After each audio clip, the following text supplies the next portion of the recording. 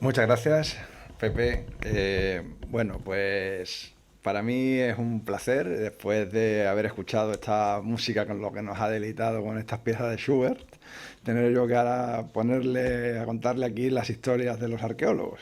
Espero no cansarles y ante todo, antes de empezar, pues quiero dar las gracias a la plataforma Astarregia por habernos invitado a venir aquí a exponer digamos, por primera vez públicamente estos resultados, que están publicados ya en una revista de impacto.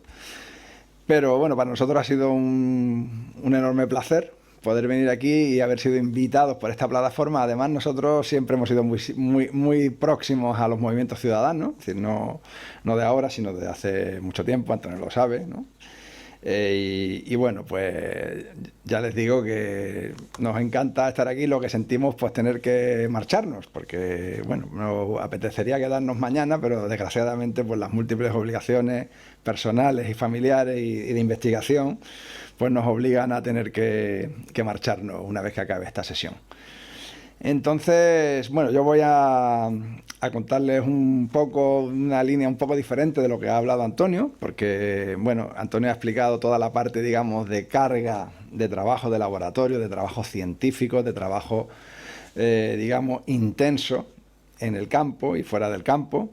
Y yo voy a tratar otros aspectos del abrigo que quizás, bueno, van en otra línea un poco diferente, pero digamos totalmente entrelazados. De manera que así no tengamos, digamos, haya una línea continua, un hilo conductor de esta intervención, que en realidad es la misma, lo único que la hacen dos personas diferentes.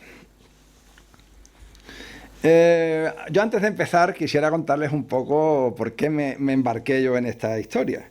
Como ha comentado Antonio, pues en el segundo Congreso de Prehistoria de Andalucía, del cual me cupo el honor de ser presidente por designación de mi consejería, pues bueno, pues surgieron muchas discusiones científicas y motivados por el propio lema del Congreso, movilidad, contacto y cambio, pues se planteó el tema de la jalta. La jalta es una especie de fantasma que está ahí flotando, es un elefante en la habitación de la arqueología andaluza y española, incluso yo diría a nivel europeo, porque ahora veremos un poco las repercusiones que esto tiene. Y bueno, surgió, digamos, entre copa y copa, después de las sesiones del Congreso, pues la idea de poder trabajar y aportar datos realmente firmes sobre la jalta. Conocemos muy poco, se han dicho tantas cosas, es decir, se ha hablado tanto de la jalta, pero realmente sabemos qué es la jalta, tenemos datos para afirmar todo lo que se afirma, y evidentemente la conclusión fue que no. Nos embarcamos en esta aventura y realmente yo tengo que decir que yo cambié de fe. Es decir, en ese momento yo estaba por la línea fenicia, porque yo, como ha comentado Pepe, pues yo me dedico al mundo, básicamente al mundo de las colonizaciones mediterráneas, en el primer milenio antes de Cristo, en la Edad del Hierro. Y yo estaba en aquel momento con la idea de que los barcos, por supuesto, eran fenicios. Pero bueno, no hay que ser maximalista, y entonces en un momento dado, si tú ves que tu idea, que ha sido cultivada por tus maestros, ha sido reforzada por la lectura de muchas publicaciones, en un momento dado se puede empezar a tambalear. Es decir, cuando ves realmente que los datos objetivos, los datos de laboratorio, que en principio no son opinables, es decir, salvo que se cuestione la propia metodología del laboratorio, que ahí nosotros ya no entramos porque no somos técnicos de laboratorio, empiezan a decirte otras cosas distintas de lo que tú venías oyendo, pues entonces tu fe empieza a tambalearse. Y llega un momento en que tienes que cambiar de paradigma y tienes que pensar, ¿y si estaba yo equivocado y esto no es así? ¿Y si estaban equivocados mis maestros y esto no es así? Entonces, al final, después de toda esta aventura, de toda esta etapa que hemos tenido de trabajo, pues tuve que cambiar de fe. Y entonces me fui al lado, digamos, de la edad del cobre, del neolítico final. Y todo lo que he escrito sobre la jalta, que bueno, afortunadamente no ha sido mucho, porque si llega a ser mucho me hubiera tenido que desdecir de muchas cosas, pues todo eso ahora mismo no tiene ningún valor. Es decir, queda como historiografía, queda como lo que se dijo en aquel momento de este abrigo. Yo lo traté en mi tesis doctoral, ampliamente, mi tesis doctoral que me la dirigió María Eugenia Ubet, en la Universidad Pompeu Fabra, en Barcelona, y bueno, aunque luego la leí en Málaga por razones, por no hacer traslado de expediente, porque entre otras cosas pues soy un poco comodón y bueno, de mover papeles y tal, ¿vale?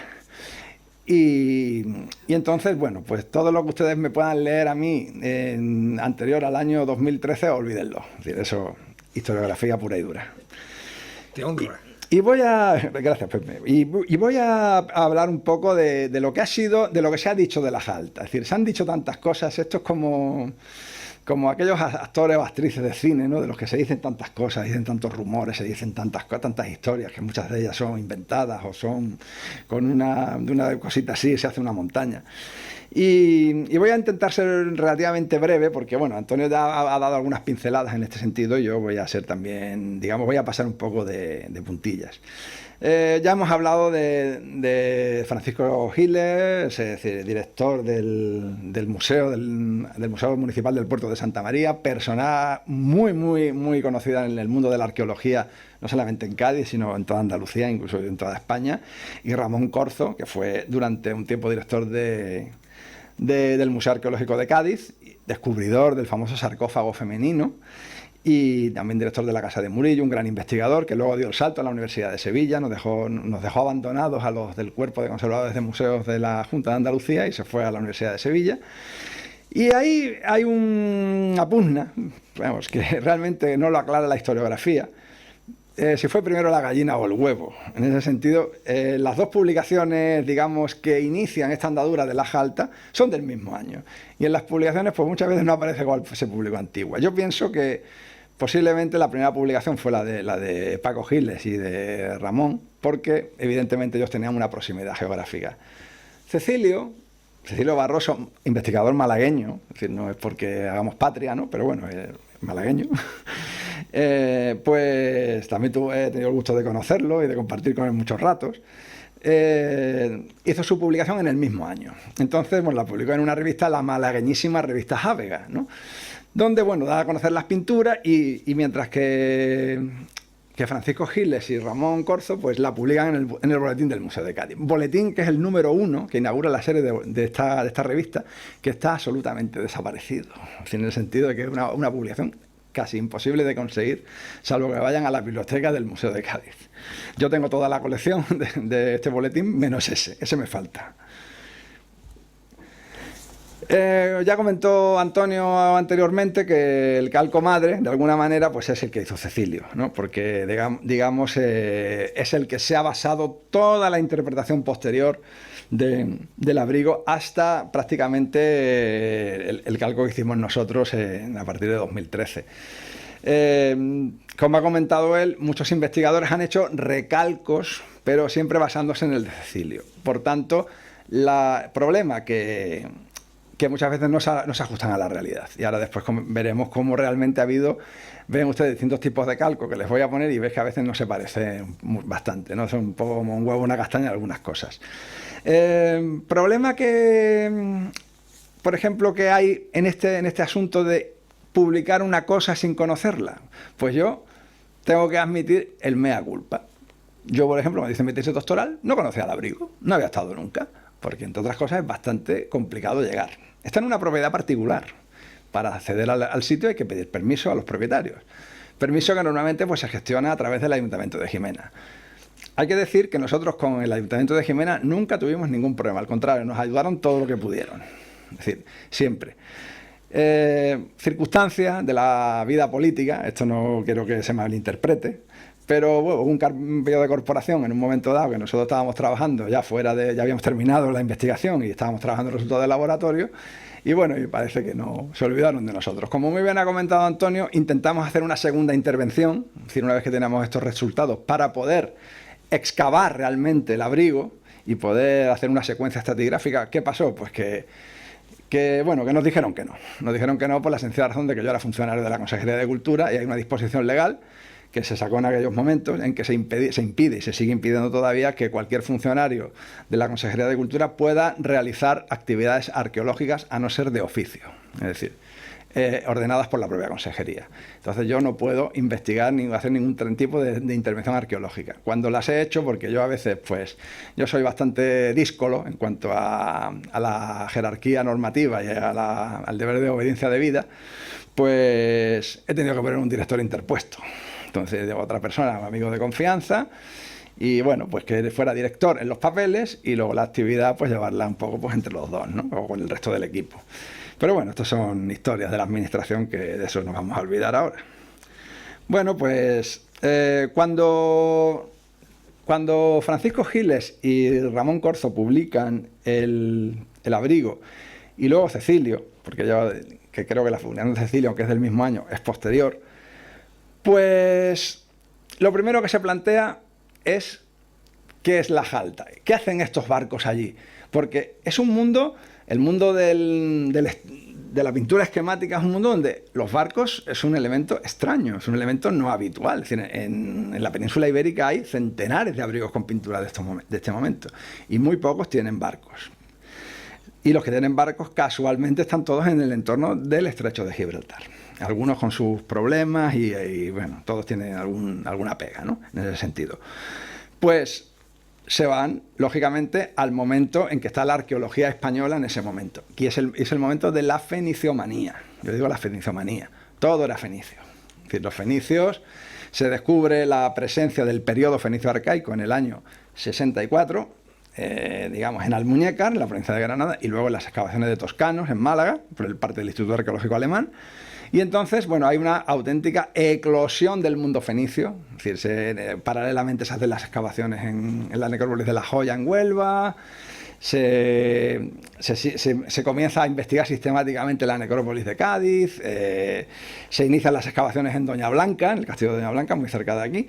Y bueno, hay una auténtica moda fenicia, que está volviendo, ahora está volviendo otra vez, ¿no? Durante un tiempo estuvimos un poco olvidados, ¿no? Los fenicios, y ahora pues vuelve otra vez, parece. Y claro, lógicamente, pues ellos plantearon que esos barcos con esa arquitectura naval tan compleja, pues eran fenicios. Es decir, no tenían mayor historia. Claro, en aquel momento se conocía muy poco de lo que era el arte esquemático, porque se pensaba que ese mundo simbólico que comentaba antes Antonio, de esos ídolos oculados, de esos antropomorfos, de esos pestiformes, de esas escenas, llegaba hasta la época fenicia. No había una datación, digamos, absoluta que dijera, no, esto se acaba a finales del tercer milenio y ya no vuelve. ¿Por qué? Porque el mundo del bronce es un mundo anicónico, es un mundo donde no hay imágenes apenas. Si ustedes ven la cerámica argárica y todo el mundo argárico, que es tan espectacular, ¿no? De fortificaciones y de armamento y tal, es un mundo donde no hay imágenes, todo es anicónico, no aparece. ¿Qué aspecto tenían los argáricos? Pues no tenemos ni idea, ni de su mundo simbólico, porque hay muy pocos elementos de este tipo. Y entonces la arqueología pues adoptó un poco la postura relativamente cómoda de decir, bueno, pues esto llega hasta los fenicios. Cuando llegan los fenicios se introduce toda la iconografía típica del Próximo Oriente y ya sustituye a ese mundo. Eso no. Ya sabemos que eso no es cierto. Y que el mundo calcolítico, el mundo de simbólico del mundo esquemático, colapsa a finales del tercer milenio. Viene un mundo anicónico, que es el bronce, y luego, a partir de momentos finales ya del bronce final, vuelven a aparecer otra vez imágenes, que son las famosas estelas que hemos visto en el fantástico mural que estáis preparando, ¿no? Esas estelas del sureste con esos guerreros, pero ya es un mundo que no tiene absolutamente nada que ver con el mundo del cobre del tercer milenio. Entonces, bueno, pues en aquel momento, digamos, nadie se atrevía a decir, no, esto puede ser más antiguo. Cecilio Barroso, en su artículo, digamos, el artículo principal y que ha sido el núcleo duro de toda la investigación de la Jalta en estos últimos casi 40 años, él apuntó que quizá las navegaciones que traen, que digamos vemos claramente con el mundo fenicio, pudieron empezar en el calcolítico, esos contactos con Oriente. En aquel momento estaba el mundo del tema del difusionismo, ¿no? De ex Oriente lux, todo viene de Oriente. Entonces planteó, pues tímidamente, porque claro, eso suponía enfrentarse a toda la academia, es decir, a toda la Universidad Española, a todas las, digamos, a todos los grandes impartidores de doctrina que hay en la Universidad Española. Entonces, bueno, pues yo creo que optaron por una postura prudente, eran investigadores muy jóvenes en aquel momento, todo el mundo tiene un poco de miedo, ¿no? Es decir, yo también, cuando hice mi tesis doctoral, la verdad que fui bastante, en ese sentido, bastante conservador, de admitirlo, ¿no? Porque claro, yo no podía, yo tenía algunas ideas que a mi directora de tesis, por muy avanzada que fuera, también le chirriaban un poco, ¿no? Después las ha ido desarrollando y bueno, y ahora parece que ya me dejan tranquilo. Bueno, el matrimonio Topper, bueno, muy conocido aquí en Cádiz por los trabajos que hicieron, mantiene la misma datación. Y un cambio, digamos, una propuesta más radical es la que hace una investigadora francesa que actualmente trabaja en la Casa de Velázquez, ya es muy mayor. Y bueno, pero está todavía en activo, que es Catherine Aubert. Catherine Aubert dijo que los barcos eran barcos cartagineses de las guerras púnicas y fija la cronología en el siglo III a.C. y los vincula con el tema de Carteia y tal. Es una propuesta un poquito. Hizo un calco que, bueno, que ahora veremos un poco, ¿no? En el año 87 se produce dentro de la arqueología española, y sobre todo con una repercusión evidentemente en el sur peninsular, porque es aquí el escenario donde eso ocurre, y son los descubrimientos que hay en Córdoba en el yacimiento, digamos, del bronce final y edad del hierro del Llanete de los Moros, que es un sitio en Montoro, a las orillas del Guadalquivir. Aparecen las primeras cerámicas micénicas, es decir, procedentes del Egeo, es decir, de la Grecia micénica, en la península ibérica. Hasta ese momento las cerámicas micénicas eran conocidas en todo el Mediterráneo, pero no más allá de la isla de Cerdeña. Es decir, en Cerdeña era el punto más occidental donde se encontraban esas cerámicas. La península ibérica era un sitio completamente blanco y en la aparición de esos materiales.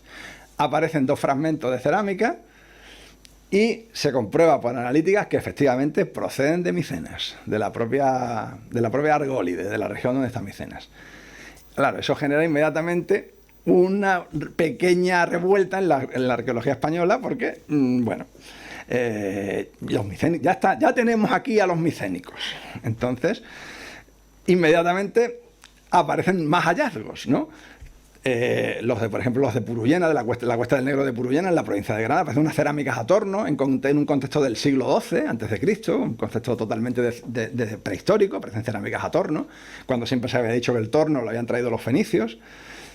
Aparecen esas cerámicas también en Carmona y luego aparecen también en Gatas, en Almería, un poblado, digamos, argárico, que una vez que se produce el colapso del Argar, sigue ocupado y aparecen esas cerámicas. Salvo de las de Purullena y las de Montoro, el resto parece que al final eso se ha quedado en nada, porque realmente luego nunca se ha visto dibujo, nunca se ha visto publicar, se ha visto, bueno, aparece una cerámica a torno, pero nunca se llegaron a publicar. Pero claro, todo el mundo tenía siempre en boca, en cualquier congreso, jornada donde iba, pues todo el mundo hablaba de las cerámicas de Carmona, las cerámicas de Gata, las cerámicas de Cuesta del Negro, las cerámicas de Montoro. Eso era, pues bueno, es que teníamos aquí los micénicos y ya, digamos, Grecia estaba aquí ya en la península ibérica en el siglo XII a.C., en pleno bronce final. Claro, ¿qué ocurre? Pues inmediatamente en Laja Alta está en el centro del debate. Claro, los barcos que aparecen en Laja Alta son barcos donde venían esas cerámicas, claro.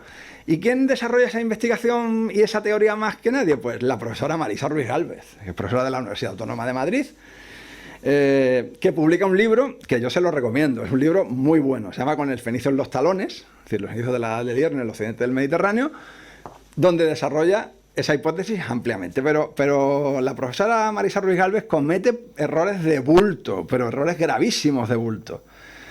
Primero porque sitúa el abrigo de Laja Alta en la orilla de la laguna de la Janda, cuando eso no es así, ni muchísimo menos. Es decir, Laja Alta está a más de 25 kilómetros de la orilla más cercana de la laguna de la Janda en el periodo de su máxima extensión.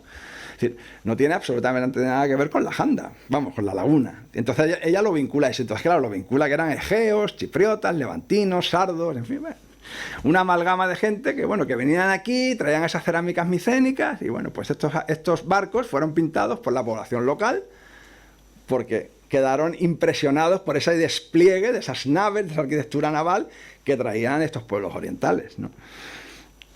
Que luego, bueno, parece que antes de los fenicios, pero muy poco tiempo antes hay algunos contactos, pero son contactos muy esporádicos, contactos sobre todo que parten más que nada de Cerdeña, pero son muy posteriores al mundo micénico.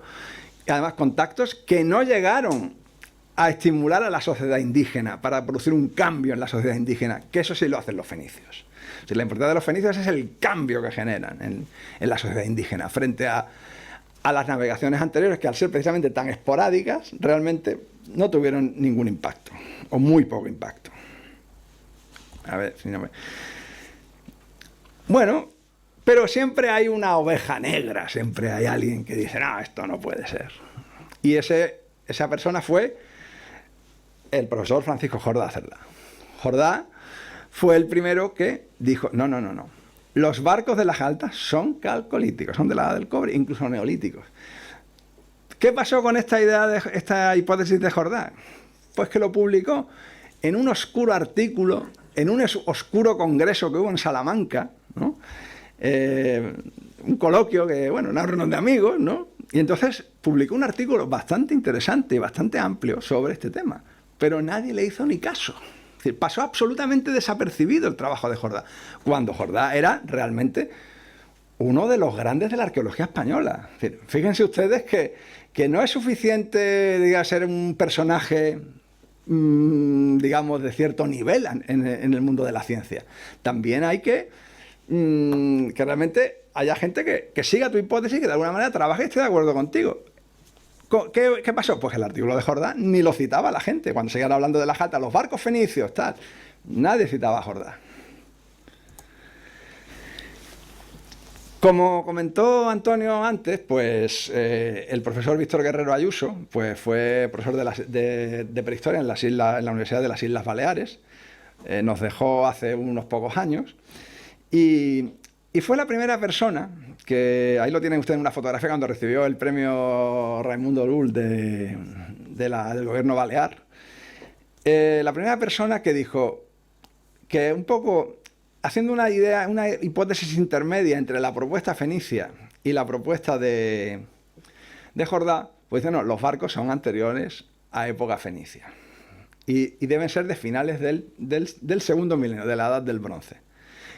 Guerrero, el profesor Guerrero, era el mayor especialista español en navegación antigua. Es decir, tiene una cantidad de publicaciones espectacular. Es decir, ¿y dónde publica Guerrero esto? Pues lo publica también en un oscuro congreso que hubo en Ceuta.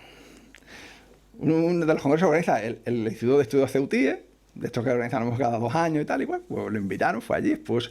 Y claro, ¿qué novedad aporta Guerrero Ayuso? Pues que dice que los barcos son anteriores a los fenicios. Él habla del segundo milenio, pero se aparta de la tesis de Marisa Ruiz Galvez y dice, no, los barcos son autóctonos, es navegación autóctona. Pueden ser barcos incluso lacustres, es decir, hablando de la laguna de la Janda, aunque estuvieran alejados de la laguna de la Janda. Y no son barcos orientales. Él estudia la arquitectura naval, lo que se puede ver en el abrigo, y llega a esa conclusión. Bueno, pues este artículo, desgraciadamente, también pasó bastante desapercibido. Y ahora aquí llegamos a, digamos, a una de las cuestiones más, digamos, más importantes de esta cuestión. Y es que la hipótesis que, digamos, el último artículo, el último trabajo que se ha publicado sobre las altas, después de publicar nosotros el nuestro, ha sido el de Ana María Gomar Barea, que es una investigadora de la Universidad de Cádiz, que plantea que los barcos son de época medieval. Ella no fue la primera, eso lo dijo Antonio Beltrán, que es profesor de la Universidad de Zaragoza, especialista en épocas romanas, en el mundo romano, y que también en otra revista pues, muy local llamada Aragón, en la Edad Media, en el número 8, publicó un aspecto general del arte esquemático diciendo, bueno, que muchas representaciones esquemáticas realmente eran de época moderna, que no eran de época prehistórica. Pero claro, yo quiero llamar la atención sobre el artículo de Ana María Gomar Barea, porque ese artículo dice muy poco en favor de la revista que lo ha publicado. ¿Por qué razón? Porque es un artículo que nos retrotrae a hace 40 años. ¿En qué sentido? Pues que la investigación arqueológica ya no se hace así. La investigación arqueológica no se hace, esto se parece a esto, a lo otro, no. La investigación arqueológica hay que aportar datos firmes de laboratorio, absolutamente fiables, con una investigación detrás, digamos, de dedicación, de tiempo, con un proyecto de intervención.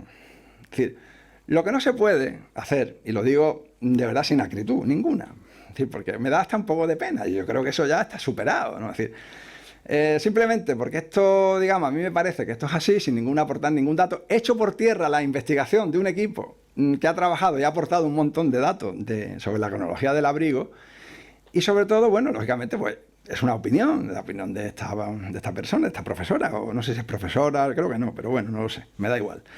Es que lo que no se puede es una revista del nivel de Zephyrus, es decir, que es una de las, digamos, de los buques insignia de la arqueología española, entre las revistas que se publican en este país, pues haga eso. Y sobre todo, que unos árbitros, es decir, unas personas que se supone que hay una revisión por pares de ese trabajo, nos digan, un momento, usted ha mandado este trabajo, pero este trabajo adolece de muchísimos problemas. Es decir, yo mando a veces artículos a revistas, a veces soy árbitro de otras revistas, y a mí me dicen unas cosas que me echan para atrás de mis propios trabajos, y a Antonio le pasa exactamente igual, yo creo que a todos los investigadores.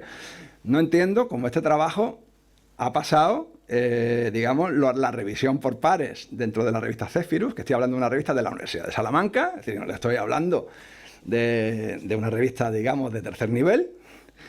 Y bueno, se ha publicado y bueno, nos ha, de alguna manera, diciendo, bueno, y ahora ya se ha generado un poco la corriente de opinión en ciertos sectores de la arqueología española y andaluza, diciendo que nuestra investigación no vale y que la investigación que harán los barcos son medievales y somos medievales, pues eso es lo que hay. No estamos en absoluto de acuerdo. Es decir, nos parece un modo de trabajar poco serio, no por parte de la investigadora, ya les digo, que bueno, que cada uno puede, pero sino por parte de la revista. Y bueno, pues nosotros seguiremos trabajando. Y además, yo les digo una cosa y se lo digo sinceramente, con el corazón en la mano. Yo estoy dispuesto a aceptar que nosotros estamos equivocados, pero a mí me lo tienen que demostrar. Y cuando me lo demuestren y me aporten los datos de laboratorio suficientes, yo consideraré que estaba equivocado y que el equipo que aporte los datos que aporte están en lo cierto. Y creo que su hipótesis es más acertada que la nuestra. Mientras que eso no me lo aporten, lo siento mucho, no voy a hacer profesión de fe. Y no me lo creo. Es decir, pienso además que la metodología no es correcta. Porque no, esa metodología de esto se parece a, esto puede ser, ahora vamos a ver cómo muchas cosas, a veces las cosas no son lo que parecen. Y entonces podemos equivocarnos mucho. Yo ya les digo que yo el primero que mantenía la hipótesis de que los barcos eran fenicios. Cuando a mí la batería de datos que se aportó en el proyecto me demostró que no lo eran, yo fui el primero que dije, los barcos no son fenicios. Y ahí estamos. Bueno, les quería comentar un poco, bueno, los calcos. Fíjense, hay un trabajo de un investigador de la Universidad de Cádiz, ¿no?, publicado también en Rampas, en la revista de Arqueología Atlántico-Mediterránea, de Prehistoria, Arqueología Social, tiene un nombre muy largo, que, bueno, que de alguna manera, digamos, viene a aceptar un poco nuestros planteamientos, digamos que es la primera persona, este señor, no lo conozco personalmente, no lo conocemos, se llama Julián Moyano Di Carlo, ha publicado en esta revista, de la cual yo también he sido árbitro, ¿no?, en alguna ocasión. Y bueno, digamos, ha sido la primera persona, y es de agradecer, que es la primera persona que nos ha apoyado públicamente en nuestra investigación y se ha, digamos, adherido a nuestra hipótesis. Hace un trabajo interesante, un trabajo más bien historiográfico, centrado más en la arquitectura naval, y publica una lámina que yo creo que se la he traído aquí porque me parece muy interesante, ¿no? Entonces, donde publica todos los calcos de distintos tipos de naves, ¿no?, de que aparecen en el abrigo, y vean ustedes pues las diferencias que hay entre algunas de ellas, ¿no? Es decir, orientaciones, tal, y bueno, pues se ve cómo la investigación se ha ido cada vez más perfeccionando, ¿no? Entonces, bueno, pues ya les digo que es una revista, bueno, una publicación que merece la pena, ¿no? Porque, bueno, no es por nada, no lo conocemos personalmente ni tenemos ningún trato de ningún tipo con él, pero bueno, nos ha parecido un trabajo interesante en ese sentido, ¿no? Y le agradecemos, pues, que de alguna manera una parte de la academia, pues sí comienza a aceptar, porque cuesta mucho cambiar los paradigmas, ¿eh? Es decir, en ciencia es muy difícil cambiar los paradigmas. Hay un mainstream de pensamiento, de interpretación, y contra ese mainstream es muy difícil luchar, porque, bueno, nosotros hemos tenido dificultades también serias a la hora de intentar colocar el artículo, es decir, las conclusiones. Nos lo han echado para atrás en algunas revistas.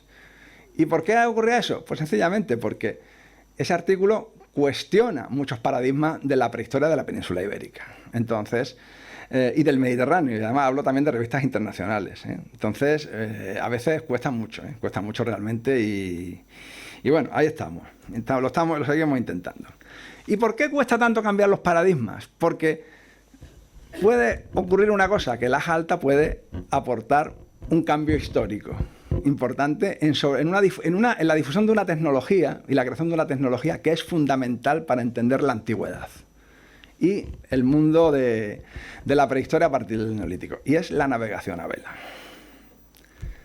Aquí tienen un mapa del Mediterráneo donde se ve cómo es, digamos, la distribución de los primeros testimonios de barcos a vela desde el Próximo Oriente, desde el Golfo Pérsico hasta Occidente.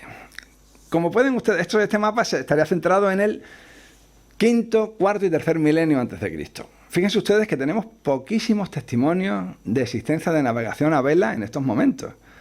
Es decir, lo más antiguo aparece en el Golfo Pérsico. Golfo Pérsico, sur de Mesopotamia, en torno al quinto milenio antes de Cristo. Nos metemos después, ya en el cuarto milenio, estamos ya en la aja alta. Y entonces, bueno, pues ya les comento que este mapa, pues, bueno, el problema que tenemos, que no tenemos datos. Aquí tienen este es el primer barco de vela que se conoce en el mundo, es decir, el más antiguo, que esto es en Kuwait, es un trocito de cerámica así, donde aparece pintado un barco con un mástil bípode, con un mástil, digamos, que tiene dos palos, ¿no? Que eso lo vamos a ver ahora cómo se repite. Es un barco fechado en el sexto milenio, es decir, neolítico del Próximo Oriente. El siguiente, cronológicamente más antiguo, es este de Eridu, que este ha tenido también sus problemas. Evidentemente parece que es un barco a vela, porque es una maqueta de un barco, es un barco de un tamaño, tiene unos 30 centímetros. Y bueno, también se ha dicho que no es un barco, sino que es un elemento de hilado, donde esa especie de carlinga que lleva ahí puede ser para insertar un uso, para hilar. Eso es la hipótesis, pero vamos, está claro que este barco es un barco votivo, porque fíjense ustedes que tiene una serie de orificios, no sé si lo ven con el ratón, una serie de orificios que son para colgarlo. ¿Y dónde se cuelga esto? Si es un barco votivo, pues en los santuarios. Estamos hablando de la Baja Mesopotamia, de Sumer, del momento de origen de la civilización urbana. Otro barco que tenemos también en esta época tan antigua, que este es un hallazgo antiguo, porque se conoce desde los años 50, pero nunca se ha valorado. Se ha valorado recientemente, en los últimos años. Y es una cueva en la isla de Creta. Yo he estado al pie de esa cueva, está en un sitio bastante inaccesible, en la costa sur de la isla. Y en él aparecen, voy a poner la anterior, perdón, discúlpenme. En él aparecen varios niveles de superposición de grabados. Estamos hablando de grabados, no de pintura. Donde frente a unos cérvidos, no sé si lo ven muy bien, no se ve muy bien, a unos cérvidos extintos, típicos de la isla de Creta, un poco como el Myotragus balearicus, es decir, las islas generan muchos endemismos, especies endémicas. Pues frente a ese tipo de cérvidos, encima encontramos este barco, clarísimamente... Uy, perdón, es que soy un poco torpe con esto. Este barco también con un mástil bípode, ¿eh? Y esto se fecha en un momento del Neolítico, quizá Neolítico final, bronce, porque allí no existe el cobre. En el Mediterráneo Oriental la vamos directamente Neolítico, bronce. Pero claro, donde tenemos el sitio donde realmente la navegación a vela aporta mayor documentación es en Egipto. ¿Por qué en Egipto? Pues porque la navegación a vela tiene un problema. Si ustedes, yo soy patrón de embarcación y navegar a vela es complicado porque tienes que estar maniobrando constantemente, y más en el Mediterráneo, porque el viento es un viento muy variable. En un río navegar a vela es aún más complicado. ¿Por qué? Porque cada vez que el río hace una curva, hace un tipo de cambio de dirección, tienes que maniobrar la vela.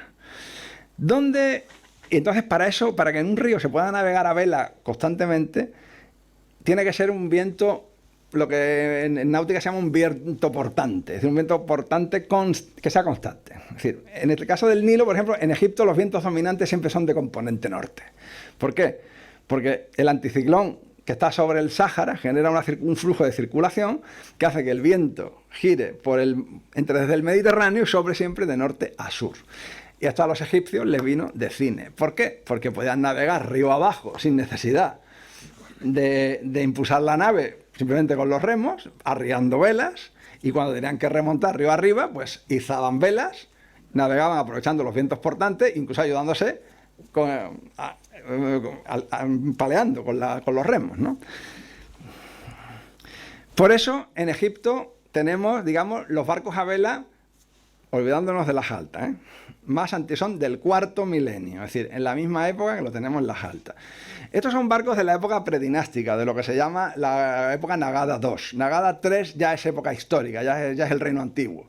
Es decir, estoy hablando de en torno al 3, esto está en torno al 3.800, 3.500, y fíjense ustedes los tipos de barcos. Aparecen barcos sin vela, barcos de remo y barcos a vela. Todas las velas cuadras, ¿por qué? Porque las velas cuadras son las que permiten aprovechar los vientos portantes. Esta cerámica, que está muy bien, está fechada en el torno a la primera mitad del cuarto milenio, aparece clarísimamente un barco de vela.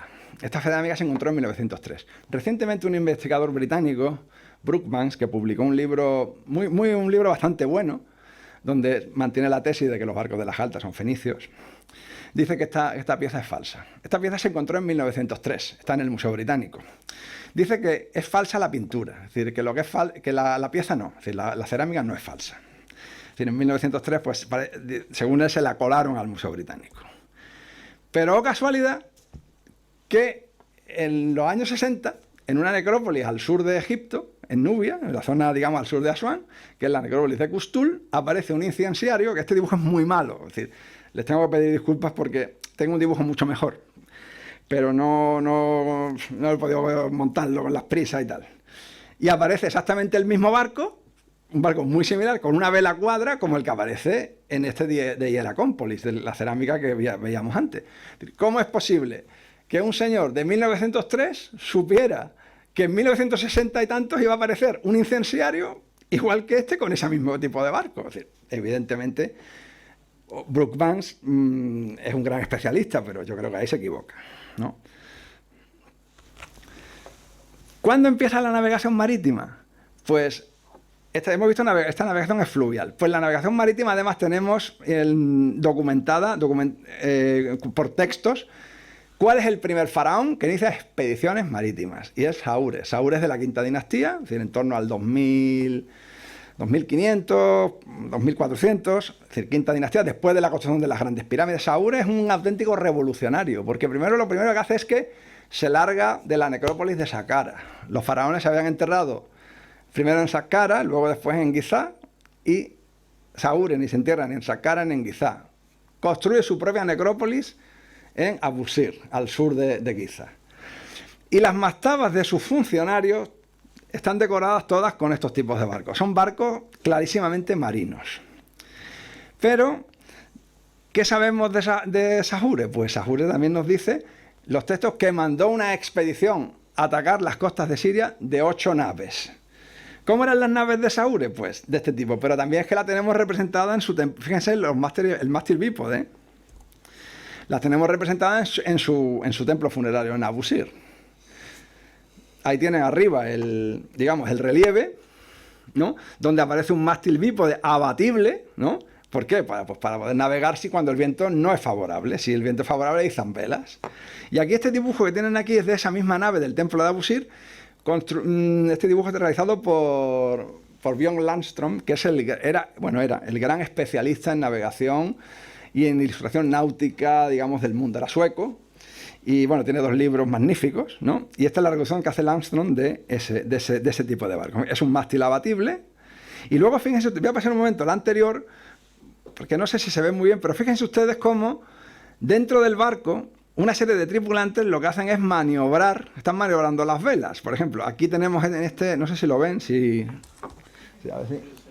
Aquí tenemos un señor que está, digamos, con la escota, es decir, con lo que se maniobra la vela, está controlando, ¿no?, que el ángulo de incidencia del viento sea correcto. Mientras que aquí tenemos también otro tripulante, que parece que es el comandante, porque está sentado, está maniobrando la escota, las dos escotas, y otro tripulante está izando la vela. Sí, está con la driza, sí, con el cabo que sirve para izar la vela, está izando la vela. Son naves, evidentemente, ya para uso marítimo. Sabemos que también Sahure, por otros textos de su templo funerario, también envió una expedición naval al Mar Rojo. Es decir, la vela se generaliza en el Mediterráneo en el tercer milenio. En el cuarto milenio hay vela, tenemos la Jalta, tenemos también otros sitios en Malta, no quiero enrollarme mucho. Malta es otro sitio clave, porque Malta, en uno de sus templos, que es el mayor de la isla, que es el templo de Tarsien, pues también hay una estela que le llaman la estela de los navegantes, donde aparecen una serie de barcos, también del cuarto milenio. Digamos, y aquí tienen ustedes los barcos, donde los barcos también aparecen con mástil bípode, aparece otro aquí con otro mástil, y otros barcos pues parece que tienen también palos. ¿Sí? Problema de este dibujo es de una investigadora norteamericana, Diana Wallner. Es un dibujo del año 55, y casualmente, estos días preparando esta charla, pues he leído en un periódico maltés, como en internet, pues es que está el periódico de todo, y digo, voy a buscar a ver si hay una buena foto, ¿no? Y me encuentro que las estelas las han trasladado al Museo de Sitios de Tarsien por su mal estado de conservación. Si van allí, no podrán ver nada, porque están en un estado deplorable. Han estado durante muchísimas décadas a la intemperie, todos los turistas y todos los visitantes del templo tocándolas, y afortunadamente tenemos estos dibujos de Wallner, si no, no quedaría absolutamente nada. Están fechadas en el cuarto milenio, es decir, coetánea a la fecha que tenemos en la Jalta. En la Europa Atlántica de la Edad del Bronce, esto es Inglaterra. En Inglaterra tenemos un montón de hallazgos de barcos, algunos en las zonas costeras, en los estuarios, pero aquí no aparecen velas en ningún sitio. Y estos ya barcos se forman más tarde, se fechan en torno al segundo milenio, ya son del segundo milenio, es Edad del Bronce. Pero recientemente, bueno, este es uno de los barcos, este es el de Dover, ¿no? Es un barco, se calcula para unos 20 tripulantes, todos paleando, es decir, todos con remos, no tiene vela. Y es curioso que son ya 2000 años posteriores a la fecha que tenemos en la Jalta. Este es el barco de Ferryby, que es un barco también en el río Humber, en el estuario. Igual, es un barco sin vela. Pero recientemente se ha publicado una tesis en la Universidad de Southampton, es decir, por un investigador sueco, Bengtsson, que nos remite al rico mundo de las representaciones gráficas y grabadas en Escandinavia. Escandinavia es un mundo totalmente por conocer. Y él fecha una serie de barcos que tienen aquí, barcos clarísimamente de vela. También esos grabados se fechan todos en el segundo milenio. ¿Por qué? Porque este tipo de casco también ha aparecido en hallazgos conservados en lagos y en pantanos de Escandinavia. Fíjense, aquí le comparo con este es el barco 29 de la Jalta, fíjense ustedes, y este es un barco también escandinavo del segundo milenio, ¿no? Como los que vemos. Pero claro, entre uno y otro, en principio, habría 2000 años de diferencia. Es decir, serían de la misma época que los barcos británicos, estos que hay en Inglaterra, pero los otros no tienen vela, estos sí tienen vela. Y estamos hablando de Escandinavia, es decir, no sé si me explico y captan la importancia que esto tiene. La vela se difundió digamos, por difusión, por conocimiento, por comunicación, o surgió en distintos sitios, en fechas distintas, sin ningún contacto entre ellos. Eso es lo que no sabemos. Y por ahí, bueno, aquí el dibujo también de Landstrom, fíjense ustedes cómo un montón de petroglifos aquí ubicados en distintos sitios del mar Báltico, de la costa del Golfo de Botnia, o en la zona también de aquí del Skagerrak, del estrecho que separa de Dinamarca. Muchos de ellos tienen aparejo, tienen vela. Son barcos del segundo milenio. Aquí tienen las cronologías, con estos cascos tan típicamente escandinavos, con esa doble... En esto han trabajado mucho en arqueología experimental. Y bueno, esos barcos navegan bien, son marineros y bueno, pues mientras que los barcos ya de la Edad Media, que aparecen muchísimos barcos de época vikinga, son totalmente distintos. ¿No? Es decir, aparecen muchos petroglifos también con barcos vikingos, pero absolutamente diferentes de estos. También un detalle muy interesante, por ejemplo, que se ha aludido, por ejemplo, para decir que los barcos de Larga Alta eran micénicos, por ejemplo, estas cerámicas micénicas de la isla de Sciros, señalando que tenían un elemento muy parecido, es decir, aquí, esto es Larga Alta, y aquí este barco es un barco micénico, una cerámica micénica del siglo XII, y entonces dice, bueno, pues como se parecen, pues son lo mismo. Bueno, simplemente es un mecanismo para izar la vela, como hemos visto en los barcos de Saure. Entonces, que se parezca a no quiere decir que sean de la misma época, ni muchísimo menos. Y ya para terminar, y ya para ser muy breve, pues simplemente decirles que, bueno, tenemos el problema de los barcos medievales y modernos. Es decir, se ha dicho que los barcos de Larga Alta podían ser medievales, o eran medievales, porque se parecían a... Pero el problema es lo que ha explicado antes Antonio. El contexto es fundamental. Sin contexto no podemos hacer arqueología.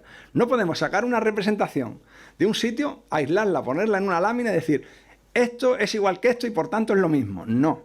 ¿Por qué? Porque ¿dónde aparecen los grafitos de los barcos medievales y modernos? Pues en sitios de poder.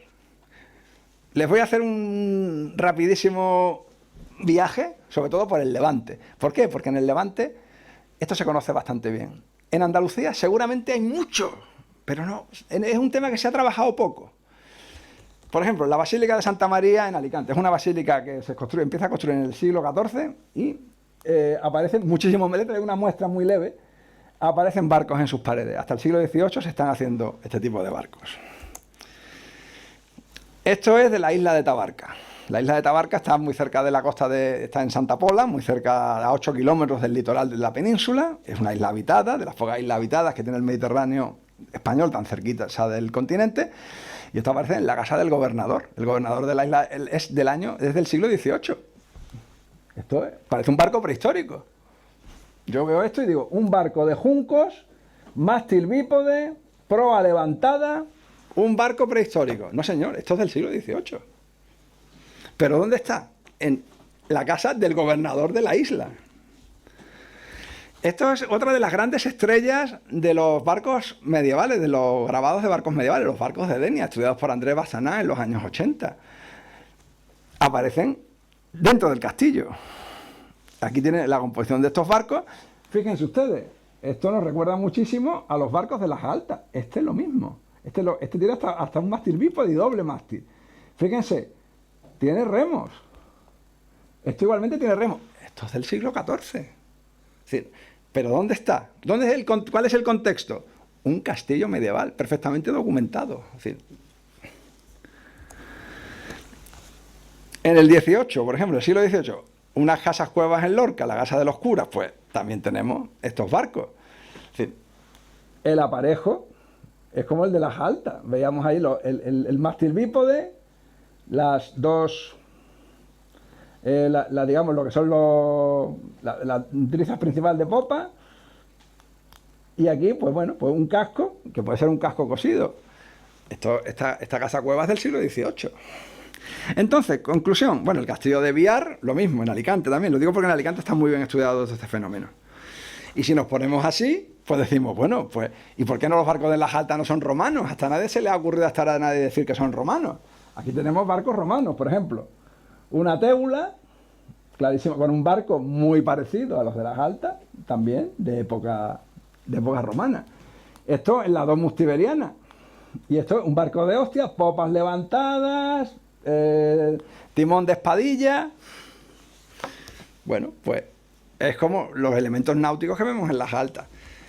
Pero los contextos de estas piezas son clarísimos, como es el contexto de Larga Alta. Es decir, sin eso, si carecemos de datos objetivos, es decir, tenemos que ser muy prudentes y tenemos que irnos a lo que dicen los datos. ¿Y los datos qué dicen? Pues que, evidentemente, para nosotros y para todo el equipo, los barcos de Larga Alta son barcos de época neolítico final, calcolítico, son los barcos más antiguos de vela de Europa, es decir, y del ámbito mediterráneo, que conocemos. porque quizás pueda haber otros, quizás los de Tarsien y tal, pero los de Tarsien desgraciadamente ya no podremos estudiarlos porque están en muy mal estado.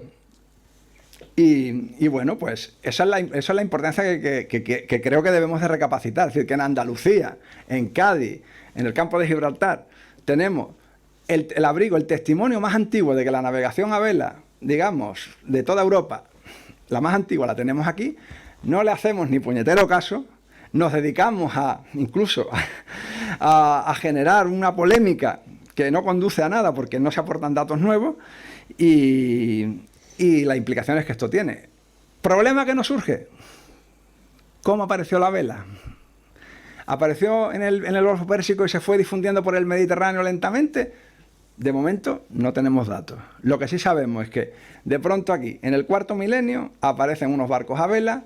¿Y de dónde venían? Pues a lo mejor tenemos que pensar en la hipótesis de Guerrero Ayuso.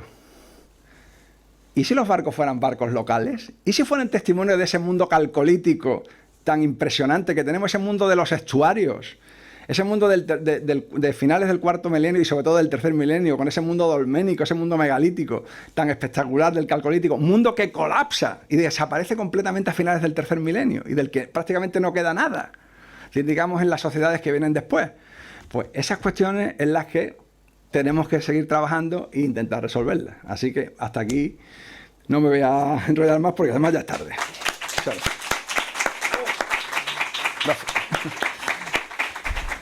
Yo voy a apuntar una puntualización. He empezado con la ciencia y cómo eso es la controversia en ciencia es fundamental. ¿Para qué? Para establecer un punto de encuentro, un consenso y establecer la veracidad o falsabilidad de las cosas. Entonces, la controversia, bienvenida sea, porque nos va a permitir avanzar. O sea, en ese aspecto hay que tomar un elemento positivo. Pero también hay un elemento negativo, que no se aplique a la ciencia o a la investigación arqueológica lo mismo que pasa en la política de otros ámbitos, que tienen una estrategia muy fácil, es poner en cuestión las cosas para salvar ciertos muebles que no se saben de quién, ¿no? Se pone en cuestión a la persona por haber hecho esto y después, 20 años después, pues se demuestra. Pero bueno, sembrando la duda hace que todo se diluya y no vemos, como ha dicho Eduardo, que tenemos un patrimonio único y excepcional que hay que conservar. Sembrando la duda, lo que hacemos en política o en ciencia es solamente, en vez de seguir avanzando en la investigación, es cuestionarlo todo para no avanzar. Ese es el aspecto negativo.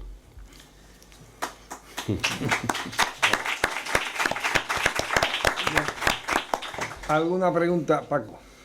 A mí me ha sorprendido, bueno, será por la extrapolación fonética, esos barcos de Tarsien. Sí, es un topónimo maltés. Pero eso de Tarsien me ha sonado bueno, a otra cosa. Sí, Yo sé a lo que te suena. Es el nombre del topónimo maltés. Hay quien, vamos, el maltés, los malteses dicen que viene del fenicio. Pero realmente es árabe. Pero es una lengua semítica, ¿eh? Es decir, es posible que esa raíz pueda aludir a los diferentes Tarsis que hay en muchos sitios del Mediterráneo. Hay muchos Tarsis. La nave de Tarsis, evidentemente, iban a Tarsis. Pero claro, ¿a qué Tarsis? Porque Tarsis puede estar en el Mar Rojo, puede estar en Anatolia, puede estar en la península. Bueno, es que lo más seguro es que incluso en Cerdeña hay un Tarsis. Parece que es un topónimo que alude a zonas ricas en mineral.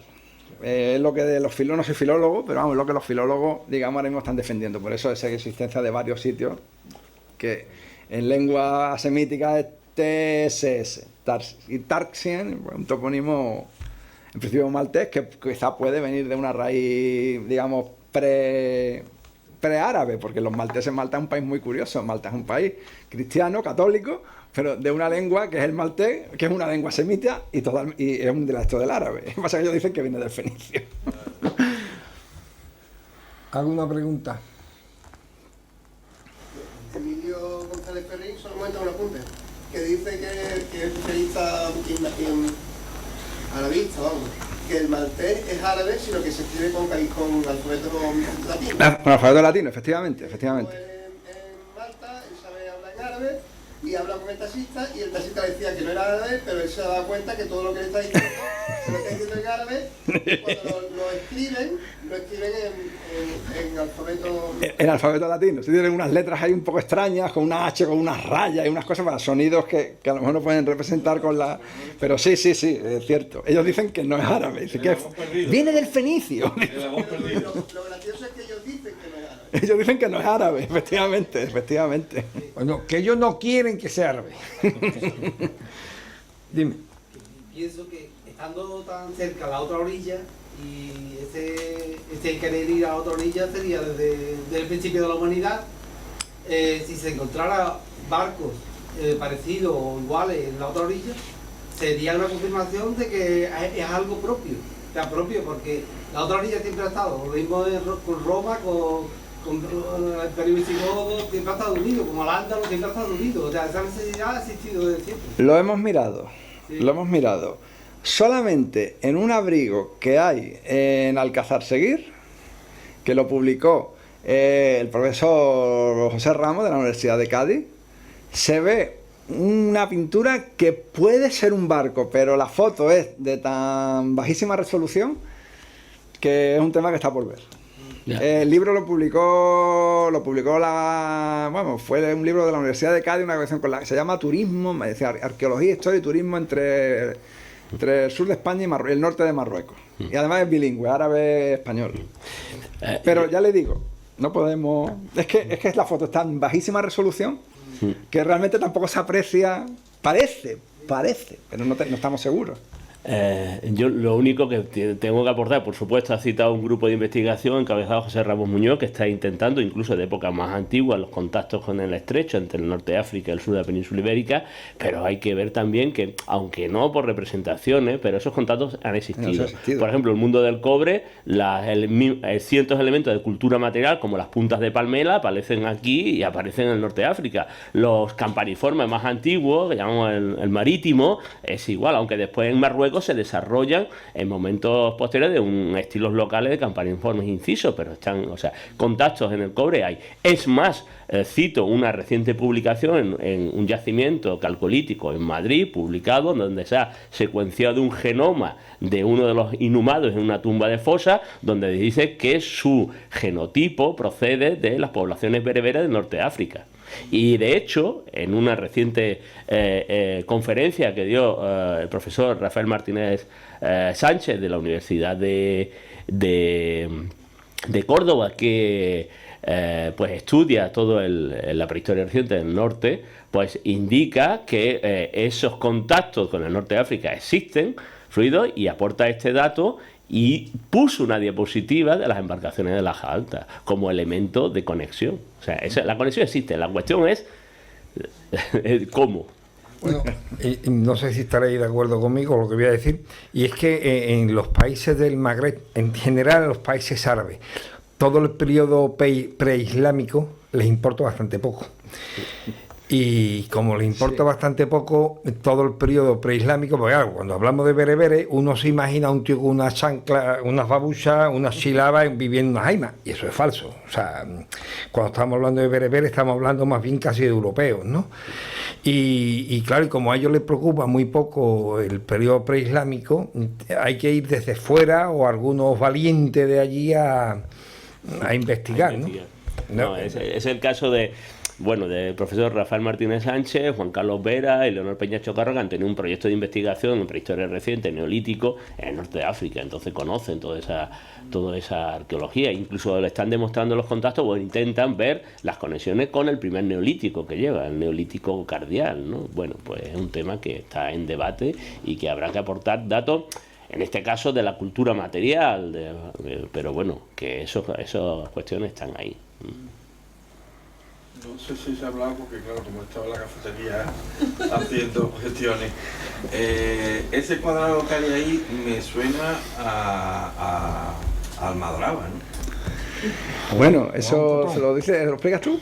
Sí, lo explico yo. O a un cotón, ¿no? Eso es una interpretación muy antigua. Hay un dolmen en la Bretaña francesa, atlántica, que aparece en una de las ortostatos del dolmen, unas embarcaciones sin vela y que hay un cuadrado Igual. ahí, igual. O sea, es una representación, es un símbolo de un código iconográfico de estas sociedades. Kazan, el investigador que publica eso, porque en el mismo dolmen, ya en la piedra del fondo aparece un cachalote, ¿no? Entonces aparece esto y tal. Incluso aparece asociado a unas tipo de azuelas, ¿no? Azuelas de piedra pulimentada metálicas, ¿no? Eso se ve en las embarcaciones, el cuadrado y tal. Y lo único que él aporta es que, bueno, pues una representación simbólica de la Tierra. Ya está. ¿Tenemos esos cuadrados? Pues claro, esos cuadrados los tenemos en la prehistoria reciente, en el arte esquemático, publicado por Braille. Incluso en el campo hay un elemento antropomorfo, en sus bracitos aparecen dos grandes cuadrados en la propia campo de Gibraltar, publicado por Braille. Con lo cual, ese elemento cuadrado está. ¿Qué significa? Bueno, quizás esa hipótesis del cotón está ahí, bueno, una representación simbólica, pero no hay que pensar, y yo pienso que no hay que pensar que sea una representación fidedigna vista a vuelo de pájaro de un embarcadero. Es un elemento simbólico que indica algo, y Kazan lo interpreta para la Bretaña francesa como la representación simbólica de la tierra, y esos navíos que van. Y navíos que aparecen y con distintos elementos esquematizados de antropomorfos. De hecho, la publicación nuestra lo vemos como un elemento de relación. Sí, o sea, el cotón es sí, un embarcadero con una estructura cuadrada, pero no tiene nada que ver a lo mejor con una estructura fidedigna arquitectónica, sino una representación simbólica de algo. Ya está. O sea que ese símbolo aparece. Bueno, pues si tenemos un final feliz, musical, pues con esto y un bizcocho. Claro.